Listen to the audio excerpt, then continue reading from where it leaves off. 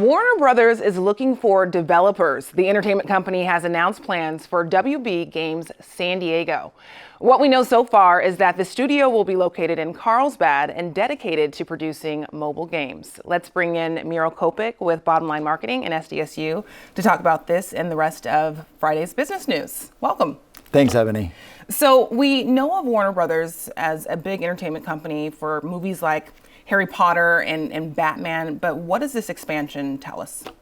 Well, it shows that San Diego is kind of becoming a hub for mobile games. There are a couple of other mobile companies here in San Diego, like Jam City or Redemption Games. This is going to be their 10th location for Warner Brothers Interactive Games. They're going to focus on free-to-play mobile games.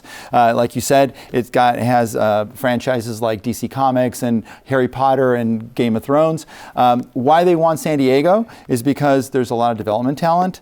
It's less expensive than LA. There's a lot of talent in LA that used to be in television and movies that knows long-form storytelling, which is the basis of video games. And so with the popularity of esports and all these online games, San Diego becomes a mecca. And what's great about San Diego is that now we're starting to get little hubs, not just being successful with biotech and life sciences, but we have our little hubs of golf, action sports, now games. So pretty exciting time for San Diego. So next up, a judge out of Oklahoma has ruled that Johnson & Johnson needs to pay more than $500 million for its role in the opioid crisis.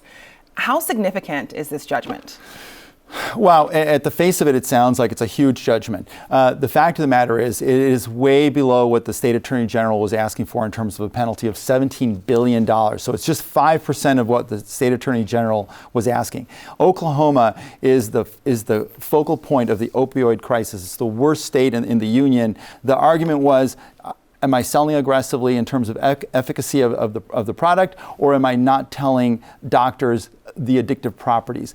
And this is a major precedent-setting move, because the other thing that Oklahoma does is that most of the $150 billion in lawsuits that are out there right now, the kind of the arguments that the other lawsuits are making are very similar to what Oklahoma is what was made in Oklahoma. If those judgments are going to be less than what these state attorney generals are asking for, that's going to be a big problem. Yes, weeks and years. So lastly, we have a fun one. It's a debate going on online. If you've been on social media, you've noticed possibly the debate of whether or not Popeyes or ChickfilA has a tastier chicken sandwich. So there's been a lot of buzz and conversation, but has this translated into sales?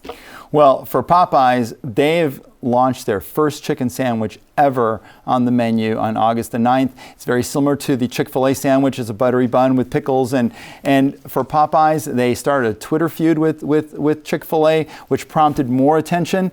They sold out of their entire inventory. They're expected to sell out this week. They had bought inventory through the end of September, so they're going to continue the chicken sandwich. And this is a major issue because the chicken wars, we talked about this before with McDonald's franchisees really concerned about Chick-fil-A.